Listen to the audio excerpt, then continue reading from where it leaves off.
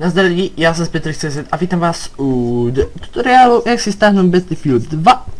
Nevím jestli v češtině, ale měl by tam být multiplayer a single player, takže jdeme na to, takže normálně vám dám link do popisku videa a ještě jsem to zkoušel, takže teď si to poprvé s váma nainstaluju. Takže až se na to stáhne, má to 2,63 GB, já to jsem dostahoval na verzi 2.2.1 od uTorrentu, jak můžete vidět, ano, stahuju si The Sims 4 od Edition Mechanics a jdeme na to, takže spustíme si instalátor, tak už nám naběh, já si to dám do Ečka, protože jsem obnovoval tovární nastavení a já debil a já prostě jsem zapomněl nějak si odpojit flešku. Takže tak. A jdeme na to. Takže dáme install. A musíte se bát, jestli vám to crashne. Aha, tak mě už to necrashne. No, mě už to asi necrashne. Protože já už jsem to předtím instaloval a měl jsem nějak vypnutý mikrofon. Jop. Takže tak. A až se mi to nainstaluje, tak se vrátím, takže zatím střih.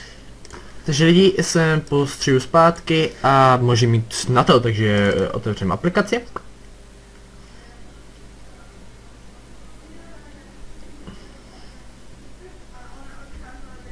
A mělo by to jít vidět.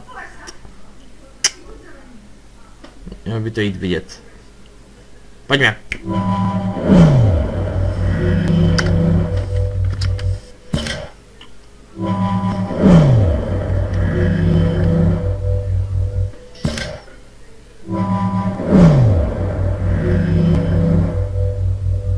Co se stalo? Střih?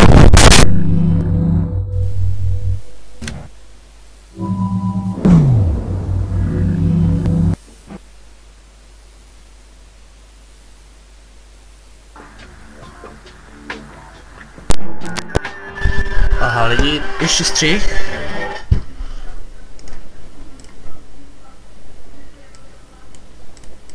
Tak.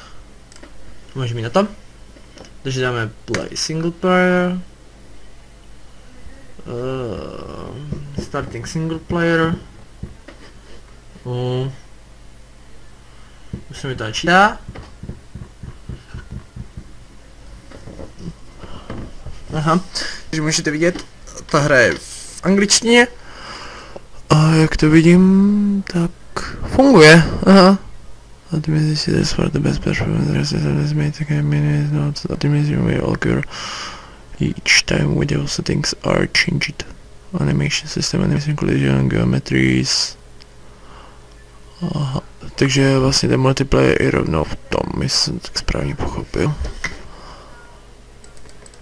A to je tak malá. Předívno.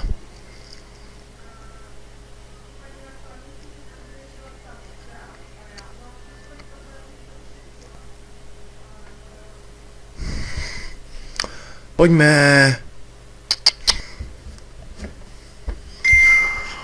Pardon?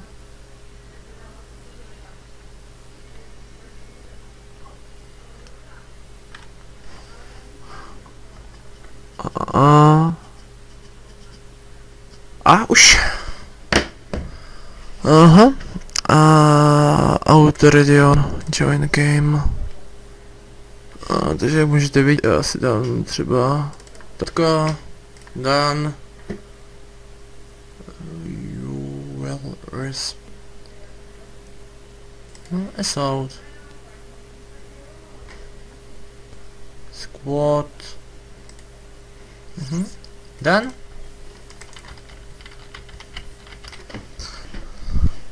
What? Co je?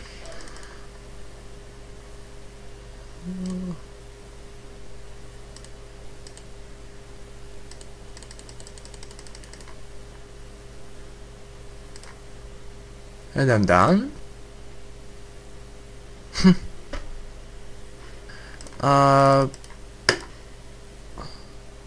No, teď mě pustí do hry. Jo. Já jsem mám vidět, že si spavnu. Tak dám dan. Ale mám lagy, jak můžete vidět, protože to je úplně skvělé. A my loučím, takže to vypčím a čus.